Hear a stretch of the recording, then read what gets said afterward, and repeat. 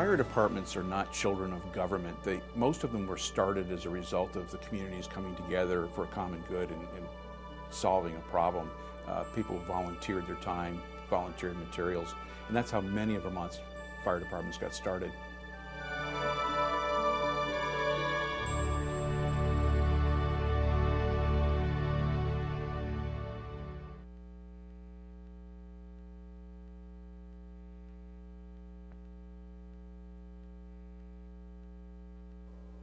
On May 3rd, 1948, there's a fire in East Dover in the Earl Yaw Place burns. At that time, the closest fire apparatus was actually Brattleboro, and of course, by the time they got there, it was completely gone. So concerned citizens of East Dover get together and they have a meeting and they decide we have to start a fire department. So they start a fundraising effort. They have a carnival, which they hold up at the town hall. They have dances, they have dinners, they have anything they can do to raise money, and they raise about $4,400, which in 1948 was quite a bit of money. So East Dover's first fire chief, Archie Clark, goes to Connecticut and buys a used flatbed truck for $600. They bring it back, they paint it, they eventually put a pump on it, a small water tank, some Indian pumps, and a ladder. And that truck would serve for the next 21 years as the only piece of fire apparatus in East Dover. So their first firehouse is actually a shed that sat in what is now the parking lot of the East Dover Post Office. The next thing they did was acquire a World War II surplus Quonset hut. They had it shipped up here from White Plains, New York, and it would serve as the firehouse until 1969. In 1969, East Dover gets its first piece of new fire apparatus. And at the same time, they build a new firehouse with 2 bays, and that would house the original truck and the new bumper. In 1975, they'll actually buy another tanker pumper and retire the old truck. Shortly after the founding of the fire department, the first chief, Archie Clark, would pass away. Ernie Wilder would become the second chief. And one of the problems that he faced was that the Quonset hut was not heated. And there was a situation in January of 1950 where Daniel Hale's workshop caught fire, and they got there and the pump was frozen. And it took a while to get it unfrozen, and not that it would have made a difference in the fire, according to the fire report, but it was one of the things they realized they needed to get a heating device to keep the truck warm, which they eventually did, and that solved that problem. Today, East Dover has added 2 bays to the firehouse, and they've added a 2,500-gallon tanker and a utility truck, rescue truck, and it's a modern state-of-the-art department.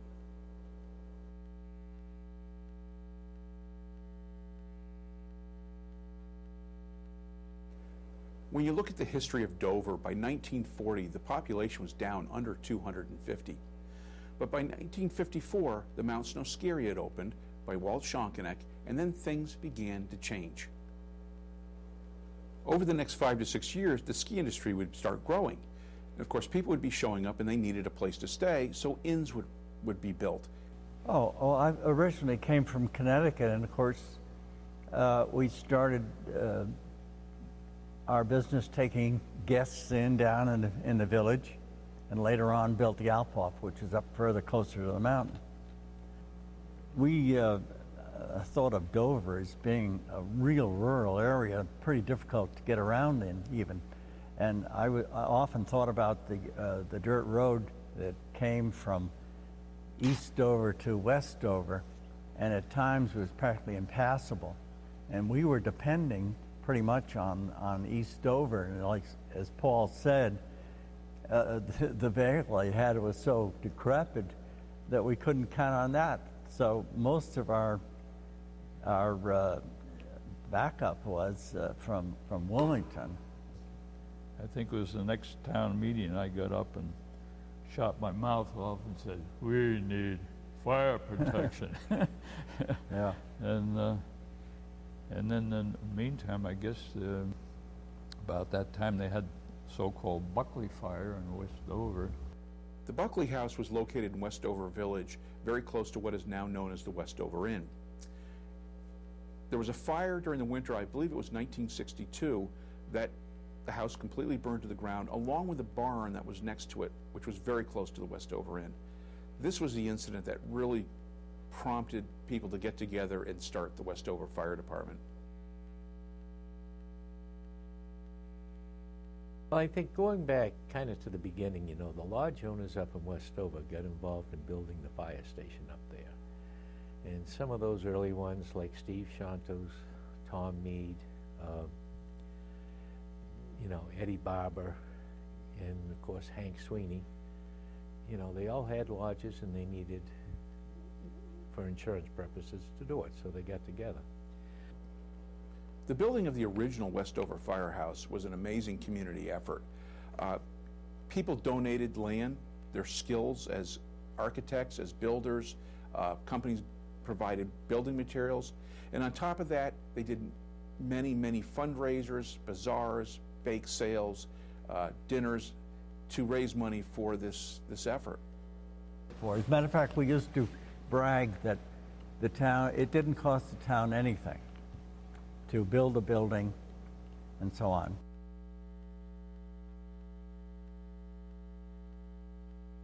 Well, the first fire truck, I looked at it and gee, it was an open cab, and I thought, oh my gosh, for this country up here, I don't know whether I'd go for that. I don't know the reason why the cab type was bought to begin with. The only thing I can remember is that someone said it was a good deal on it. That was a Maxon. It was really designed for the southern states. It was really a parade truck design. You don't see many convertible fire engines in Vermont, and this one was. I remember responding in Engine 1 to a call in East Dover, and I'm driving the truck, and of course there's no top on it, and there's a light snow falling, and the red light on the front is reflecting off the snow, and of course we're moving forward, so none of the snow is actually coming in the cab. It's going up and over us. But that was really pretty cool until we stopped. Open cab, so while you were there fighting a fire, it could fill with snow.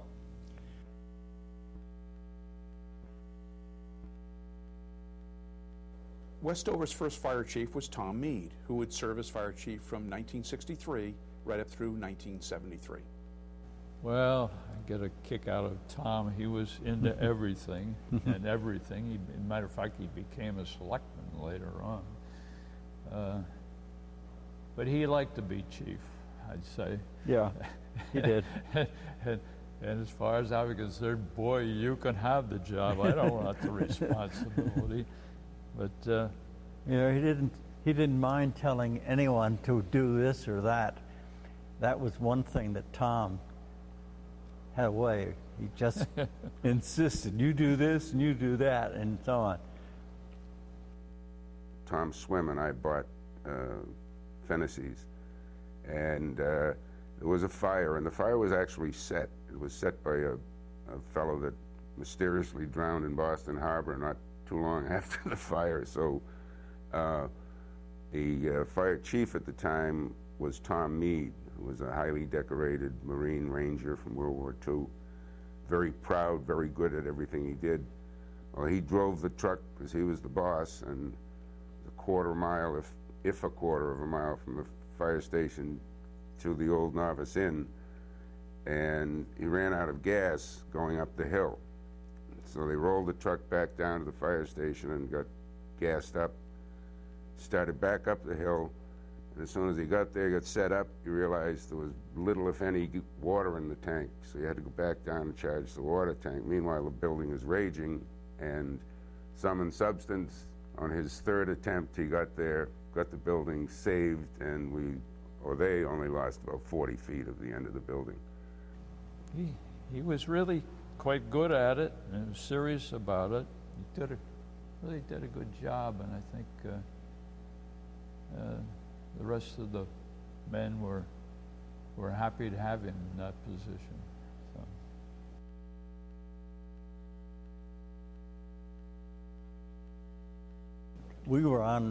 All of us were on an 8-party line practically with our telephone.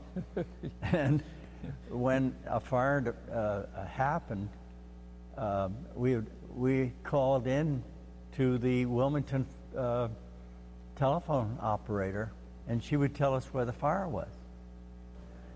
One of the things that I remember is we had no walkie-talkies in those days. So what happened was the first fellow that got to the fire department would write on the chalkboard where the fire was. So it was kind of sketchy, but fortunately we didn't have any real big conflagrations. Well, after several years, we had red phones, I guess they called them. Oh, yeah. 4 or 5 people in the apartment had a phone in their house that evidently, when the call came in, it rang their phone. Mm-hmm. And then they would call anybody else that didn't have a phone that was a member. The red phone system was used by the fire department for over 30 years. But one of the things that it required is that people would be home to actually take the calls. For quite a while, we actually used an answering service that took the calls and would put out the alarm. By the mid-1990s, we realized that it was necessary to have a much higher level of communication for dispatching of fire calls. So Westover switched over to what is known as the Southwestern New Hampshire Mutual Aid System, which is run out of Keene, New Hampshire. And they're a very professional outfit and state-of-the-art equipment. So today, when you call in a fire call to Westover, you actually are being dispatched from New Hampshire.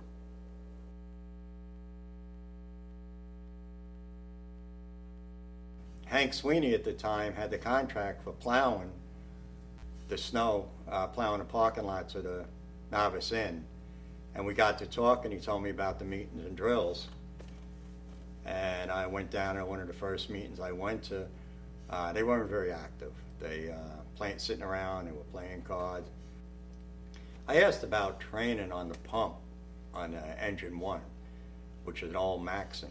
And they said we didn't need training because there was a manual underneath the driver's seat.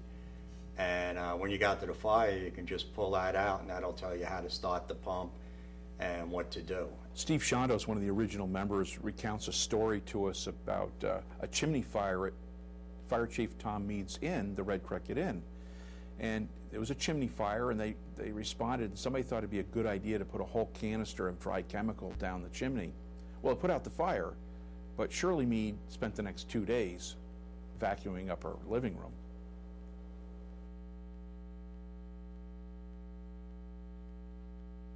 I remember back in 1980, we were all up on the second floor of the old firehouse. We were cleaning up after a drill. And Hank said, next drill, we got to fix these tables. We had a bunch of old homemade tables that had to be repaired. He said, we got to have them ready for the Christmas dinner. And I said, you know, Hank, I was thinking about that. I think maybe if we went out to the restaurants, maybe we could get a good deal and go out that night, take our wives out rather than, you know, cook dinner up here. And he said, oh, you young guys, you always want to change things around. We've been doing this ever since the fire department started. There's no reason to change now. And the discussion went on for a while. You know, pros and cons on both sides. Finally, it was getting late, and I said, look, Hank, we'll bring it up next meeting, which is 2 weeks away. Gives everybody 2 weeks to think about it. And Hank had finally agreed under one condition, that we have the meeting an hour earlier so we could fix the tables after the meeting. It's all right, Hank. Well, everybody left. I finished up what I was doing upstairs. Hank was sitting down in the garage waiting for me, and off we went again. You know, it gives the women time to get together in the kitchen while they're cooking. You know, they don't get to see one another that often. Hank, it's getting late, and it kept going on. I finally said, Hank, I'm going to vote whatever way you want me to, but you got to do one thing for me.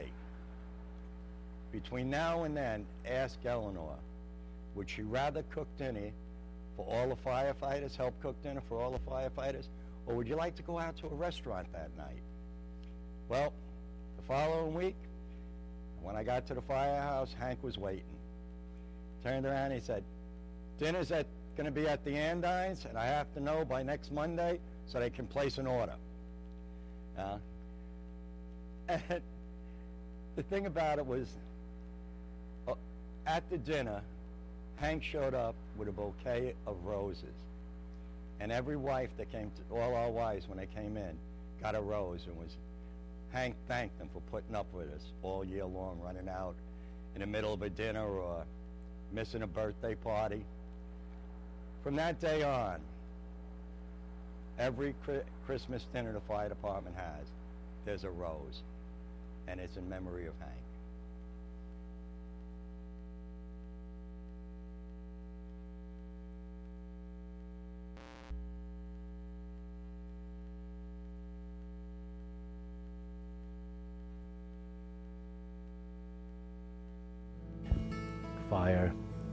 Fire was just starting to break out, and we went into the back of the building, and we were told that the young Kraus boy, about 10 years old, was still in the building.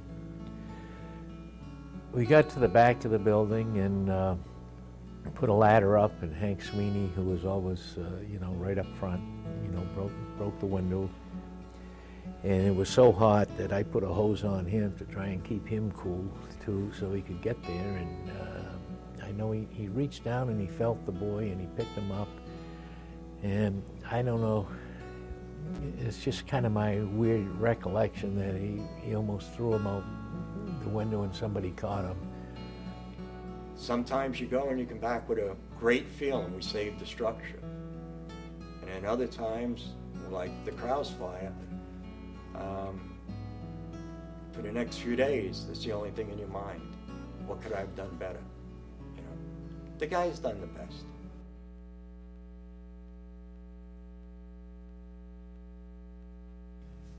There was a meeting. Dick Joyce was elected chief, and the first thing he did was gone to the town selectmen and had said that we didn't have the equipment and manpower to really protect the town of Dover. And before we put the extension on, we only had 2 bays and 3 trucks.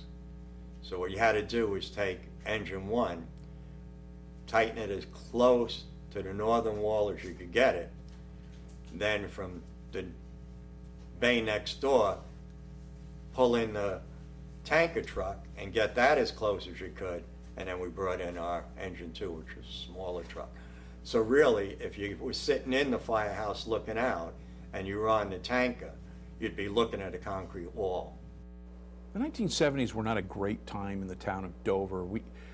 Our main industry, Mount Snow, was going through a lot of bankruptcy issues and a lot of financial trouble. And it wasn't until 1977 when the Killington area purchased Mount Snow. That's when things would begin to change. It was obvious that the volunteer fire department could no longer survive without the help of the town. So it was about that time that the town took it over, and one of the first things they did was bring in Barker Willard, the chief of the Wilmington Fire Department, as a consultant for a year to try to get everything sort of on track.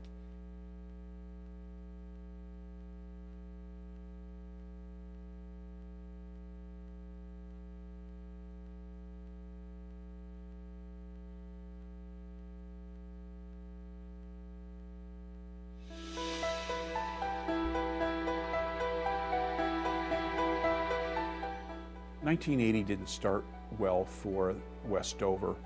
On January 11th at about 1 a.m., West Dover, they got a fire call for a small wall fire in Dover Hills. I was working for the police department that night and was right in front of the firehouse and went directly up to the scene. When I got there, there was flame coming right out the roof and through the end of the building. We had a fire in Dover Hills where 2 lives were lost. And there was a bunch of young men, 18 to early 20s, running around outside, sort of frantic. And my first question was, is everybody out of the building? And they said, yes, everybody's out of the building. Well, as I was pulling in, I noticed at least one young man walking around the back of the building, which was actually towards the front door. And then as I started to do a head count, they started realizing there was a couple people missing. And they started yelling, Scott and Barry are not here. So I asked, well, where would they be? Where was the room? And they took me to the part of the house on the outside where their bedroom was. Apparently what was happening is the kids had been going back in and out of the unit getting their ski equipment while the fire was taking off. Even at the scene, we were told that there were two brothers inside the structure. The building was fully involved. There was no way of entering the building. At this point, panic starts to set in. They realize they're missing two people. So we go to the area where they're supposed to be, and we can actually hear something inside. It sounded like somebody was either pounding or trying to, there was something in there that was telling us there was somebody still in there. So Hank Sweeney showed up, and he started breaking windows in this bedroom where they were supposed to be, and the kids are yelling, Scott, Barry, come to the window, come to the window. And unfortunately at this point, the smoke was very thick, and it was banking down very quickly, and it didn't look hopeful that somebody would be able to survive that. Well, as it turns out, they were not in the bedroom. Next to the bedroom was a ski closet, which had an inner door and one to the outside. And apparently they had crawled into that room to escape the smoke and flames. On the front of the house, there was a porch, and the bedroom sort of stuck out beyond the porch. And I noticed a door that appeared that it led into the bedroom. And I had this thought that we should get up there and maybe open that door and that they might be there. As I had that thought, the plate glass window in the front of the house broke, and oxygen hit that environment, and the flame just shot out across the porch. If we had been standing up there, it would have been all over. And as a result of that, we weren't even able to get close to that door. Scott and Barry Guerin had actually crawled into that ski room and had locked themselves in. The problem was they couldn't get out of there because the outer door, that door that we looked at, the door that we thought we might be able to open, had actually been nailed shut. During my years as a firefighter and my career as a police officer, I have never experienced the feeling of helplessness and the feeling of being so powerless in a situation as I did that night. And even though it was 33 years ago, I still remember it almost as if it was yesterday.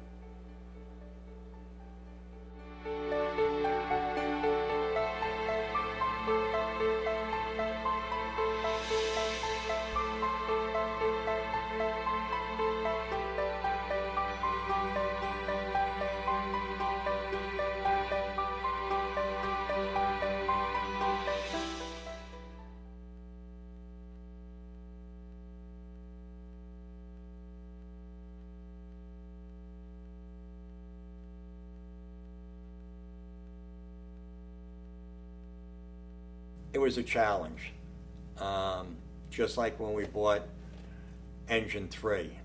It was agreed upon that we needed it back when Barker Willett was here, and the selectmen said they were going to buy it. And then when it came out on the budget, the town voted it down. And we had to go back and have a special meeting and have it voted in.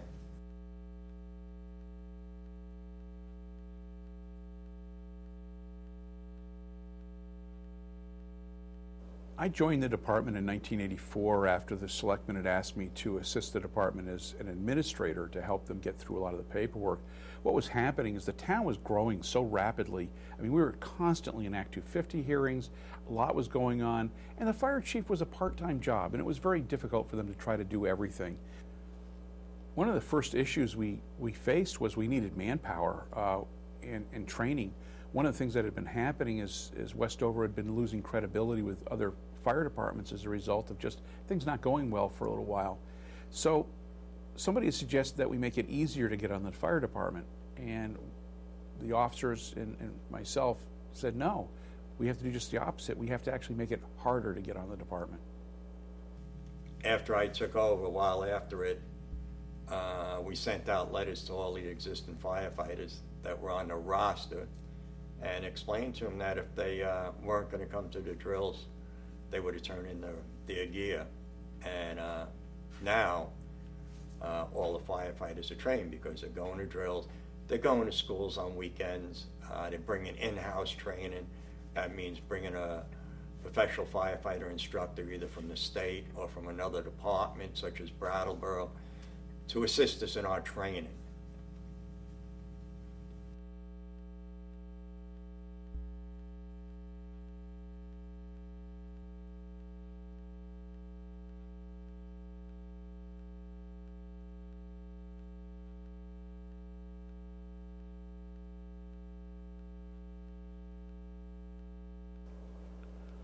One of the department's first tests of its new abilities was a fire at Timber Creek. And it was an end unit that was completely involved when we got there. And the fire department did a very good job of stopping it where it was. And I think that was what made other departments start to realize that we're coming of age. And I think everybody felt pretty good about it. Trained firefighters. We were able to stop it at one unit. It did get into the second unit, so really there were two damaged, but the fire was stopped and did not spread. Once again, because we had the right equipment and the right manpower.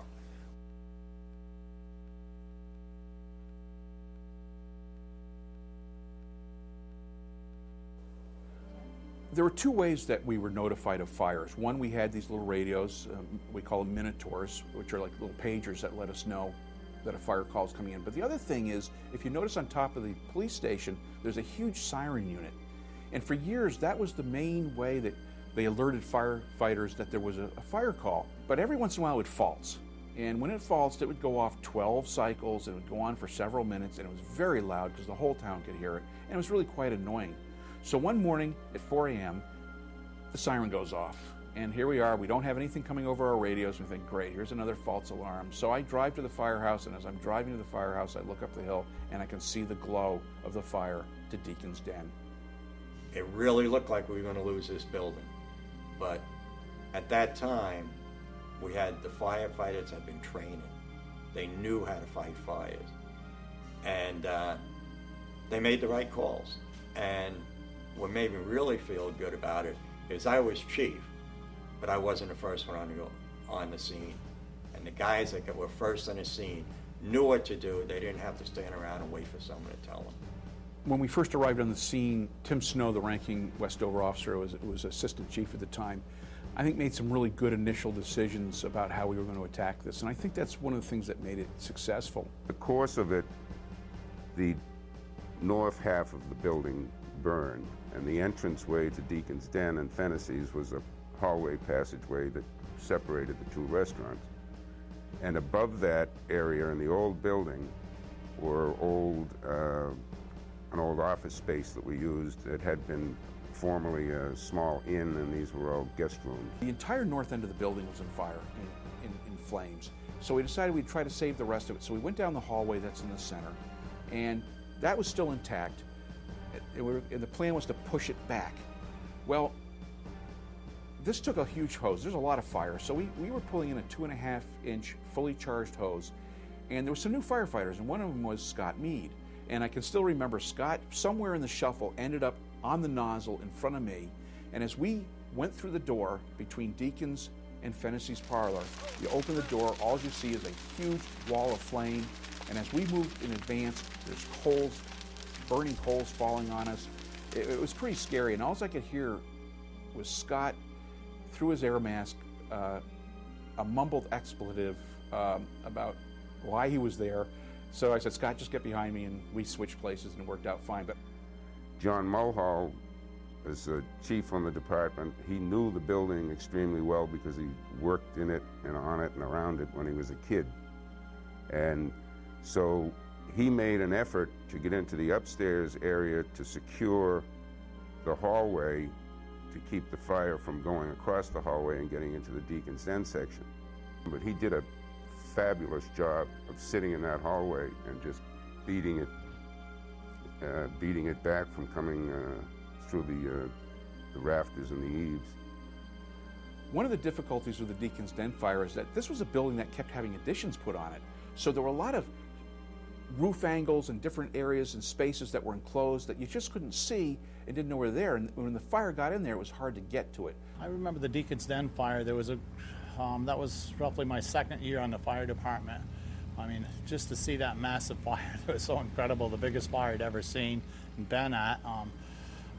Hadn't had a lot of training in air packs or anything. I remember we got there, we got the pumps, and Wilmington came and got everything set up. Eastover was there also.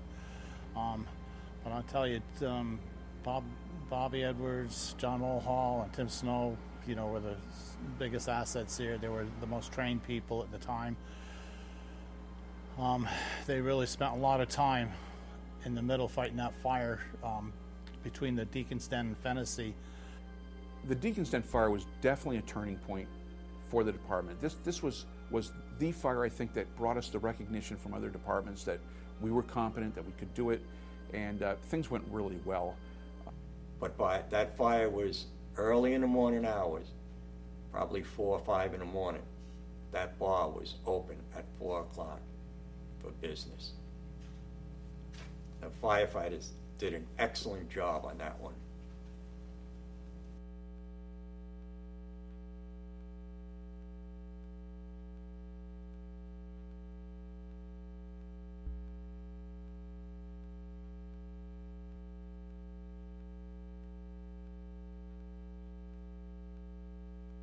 On Labor Day, September 1989, Westover is responding to a working structure fire in Wilmington. The then Engine 3 was traveling south on Route 100 and entered Westover Village, and as it attempted to negotiate the corner south of the village, the nightmare scenario that you always dread responding to a call happens. Yeah, there was 3 of us in the truck. We were going to do a cover truck to Wilmington, and I said to Rich when we passed Dorfridge Road, I says, "You better slow down. Dunn's Corner's coming up." And he slowed down, got in again, and he gained through the S beautifully. And I was like, "Oh my God!" I don't know how he did that.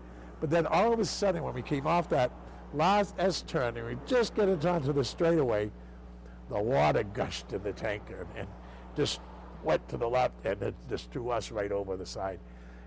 As I got to the station, the truck was leaving. I followed the truck. There was a couple cars in between us. I followed the truck to the corner and I see the water in the road, and I said, "Oh geez, something's not good," because there's too much water from just a little from the overflow. And then when I got there, I observed 3 guys in the cab all crunched together, nobody talking for a while, and it scared me right to death, that's for sure. And I tell you, it seemed like an hour for us to tip over. Everything just went totally slow motion, because you knew it was going to happen and whatever. And Route 100, I was pulling a trailer, pop-up camper behind me, and there were a few firefighters outside. And I stopped and said, "What do we got?" They said, "A car rollover." And I said, "Engine 3 at the scene?" And the firefighter turned to me and said, "It is Engine 3. My wife had to stop me from racing down with a trailer in the back of my truck. When the fire truck rolled over, it actually ended up leaning up against a telephone pole, and it was believed that if that telephone pole had not been there, the results may have been much different, because that truck would have continued to roll over the embankment.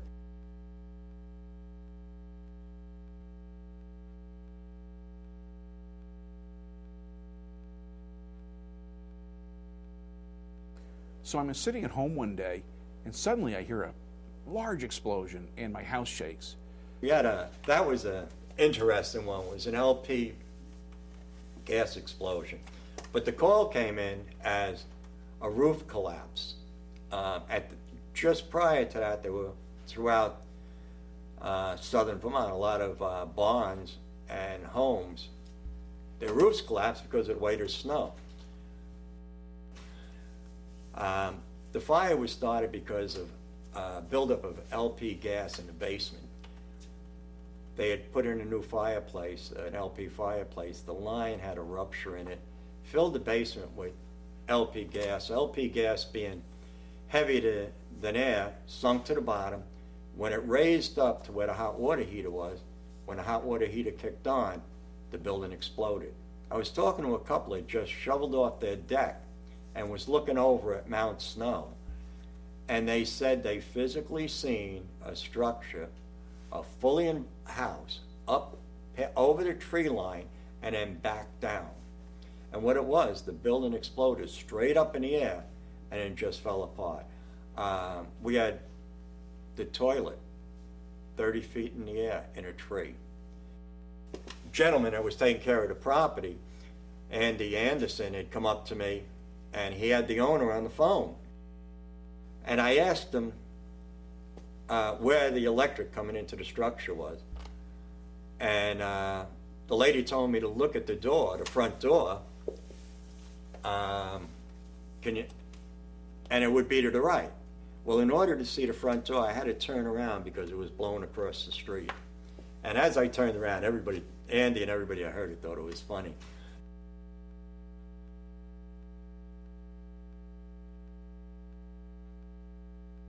So it wasn't all just about firefighting. There's a lot of social events involved with this, and we actually put together a firefighting ski team. The association sponsored a ski team. Hunter Mountain in New York State has what's called the East Coast Firefighters Challenge. And we'd go down to Hunter Mountain, and they have this annual ski race with fire departments where you actually had to all hold onto a hose and ski down through this course. And we went down the first year, and we did okay, and it was a lot of fun. So over the next year, we recruited a lot of people for the fire department who were professional skiers and racers. And so we sent 2 teams down the next year, and one didn't do that well, but the other one, they swept everything, and it was a pretty fun time. 50% of the proceeds of the winnings would go to the New York Firefighters Association, and the other 50% would go to a charity of the winning fire department's choice. In our case, we gave it to the Guy Hawkins Fund out of the Deerfield Valley Medical Center.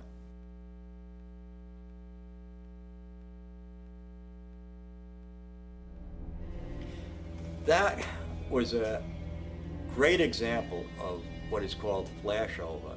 You might have heard of the movie Backdraft.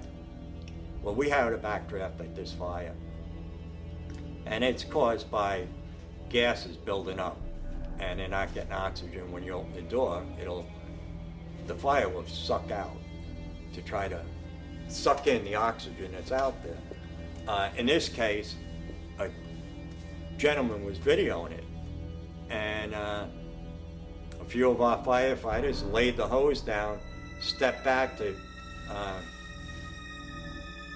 prepare themselves for an entry, and as soon as they stepped back, you could see the front door open, and the fire just shoot out, the fire gets sucked back into the building, and the door closed again. I was off to the side, and I had mentioned to Bobby Edwards that we had a backdraft, and he just shook his head and said, "How do you know?"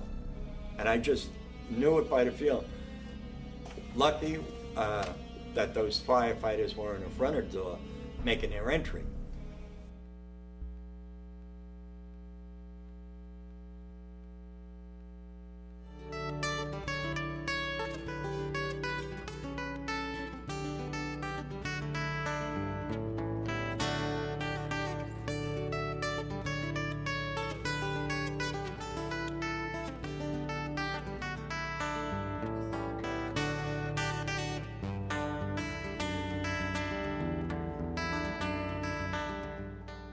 Cleared this lot ourselves, cut the trees, burned all the brush, and prepared it for the initial groundbreaking ceremony for the building.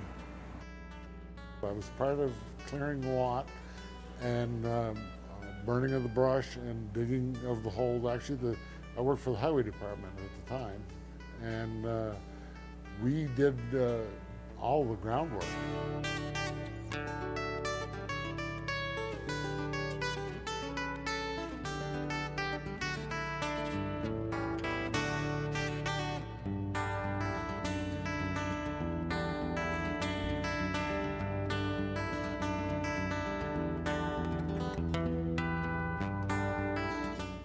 But it was designed to hold the equipment that we have and what we may need in the future. We didn't have a ladder truck when that firehouse was designed, but the way the development was going on in Dover, we knew we needed one, and eventually we'd need it. If we didn't build the building the size it was, when that truck came, we'd have no place to put it. The other thing is it was also designed to allow Deerfield Valley Rescue to house ambulance there for a quicker response in the town of Dover.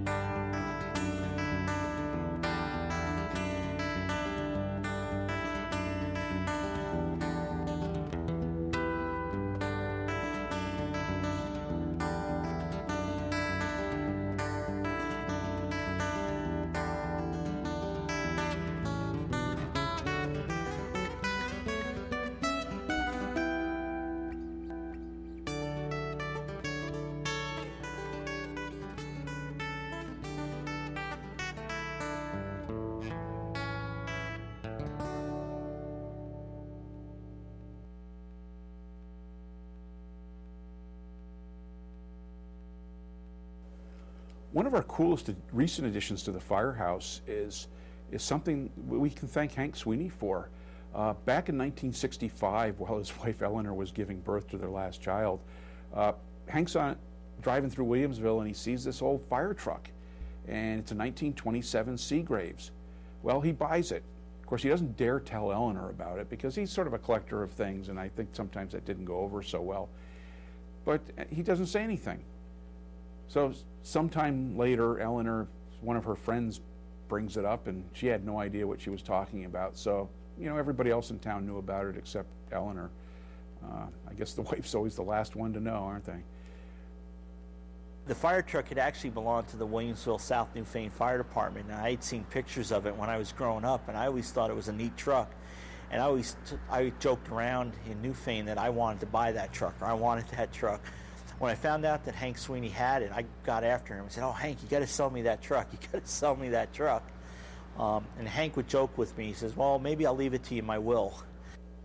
After Hank passed away, the Sweeney family ended up donating the fire truck to the Westover Firefighters Association with the idea that they would restore it. And we were very fortunate to have Fred Nutting working for the town at the time, and he and his son Larry agreed to restore the truck if we would supply the parts. Fred spent probably a couple months getting it running, probably a good 6 months.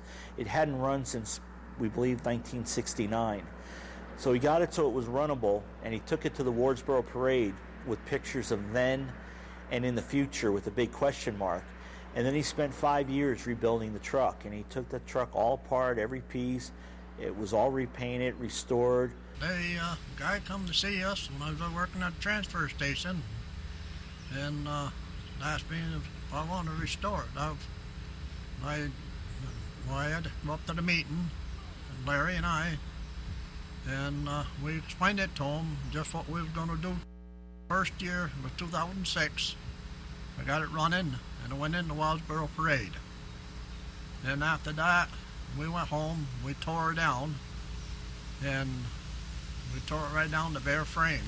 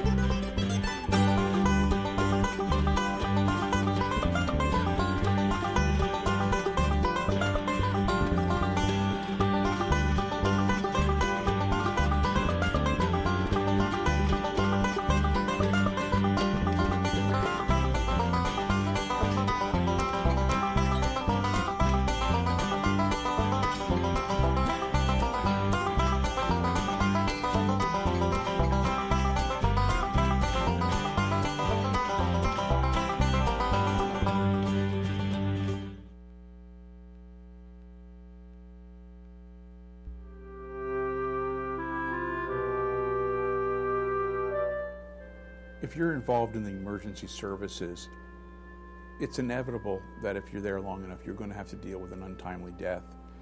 And everybody deals with it a bit differently.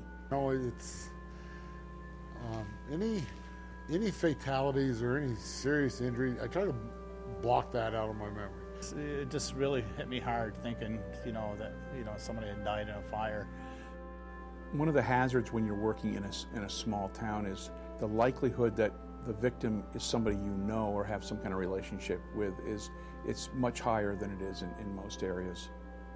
A prime example of this was when we lost Marty Eigen, his wife Joan, and his mother in a plane crash at Mount Snow. And it was only a few years later that we lost Bob North, also in a plane accident. And these are people that we knew. These are people that we saw every day and interacted with. This guy had rolled his Jeep. He was pinned underneath it with a roll bar. He was killed instantly there. And his wife didn't know that until they removed the vehicle and freed the guy out of there. And she says she wanted to go to the hospital with him, and unfortunately they said to tell the lady that he wasn't going to the hospital. I can still see that woman crying today. It was just terrible. In the early days, if you were involved with one of these stressful situations, you really didn't have a lot of options. But today we recognize the effects of these critical incidences on our personnel. So they're routinely offered counseling after a critical stress incident.